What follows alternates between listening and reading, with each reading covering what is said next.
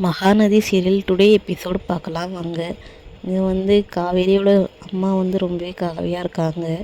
உடனே தாத்தா வராங்க. தாத்தா பேசுகிறாங்க, காவேரி எப்படிம்மா இருக்கா, நல்லா இருக்கா அப்படிங்கிறாங்க.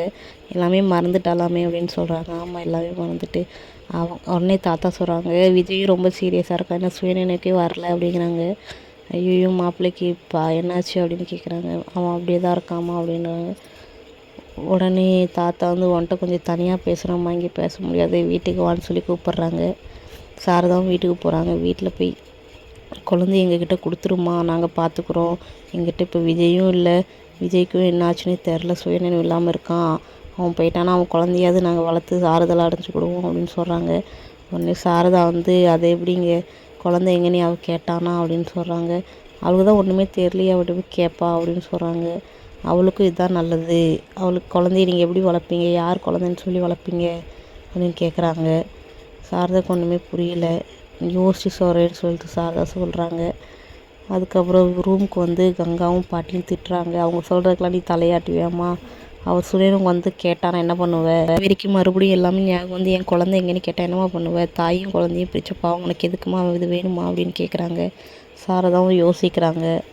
உடனே மறுபடியும் போய் சொல்கிறாங்க பாட்டிக்கிட்ட, எனக்கு குழந்தைய கொடுக்க விருப்பம் இல்லை, உங்களுக்கு எவ்வளோ உரிமை இருக்கோ அது எங்களுக்கு உரிமை இருக்குது, நாங்கள் வளர்த்துக்குறோன்னு சொல்கிறாங்க. உடனே பாட்டி நீங்கள் எப்படி வளர்ப்பீங்க, எங்கள் பேரனை நாங்கள் எப்படி வளர்த்தோமோ அப்படி ராஜா மாதிரி வளர்ப்போம், நீங்கள் அவனை எப்படி வளர்ப்பீங்க அப்படின்னு கேட்குறாங்க. காவேரி கிட்ட என்னென்னு சொல்லி வளர்ப்பீங்க, இது யாரோட குழந்தைன்னு சொல்லி வளர்ப்பீங்க, அவளுக்கு ஏதாவது தெரியுமா அப்படின்னு கேட்டோன்னே சாதாக்கு என்ன பண்ணுன்னு தெரில. பாட்டி அப்படியே பேசிக்கிட்டே அவங்க காலில் கூட விழுறாங்க, என் குழந்தைய என்கிட்ட கொடுத்துரு, நாங்கள் வளர்த்துக்குறோம் நல்லபடியாக அப்படின்னு சொல்கிறாங்க.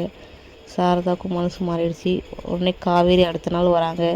காவேரி கிட்ட குழந்தையெல்லாம் காட்டாதங்கன்னு சொல்லிடுறாங்க பாட்டி. காவேரி வராங்க.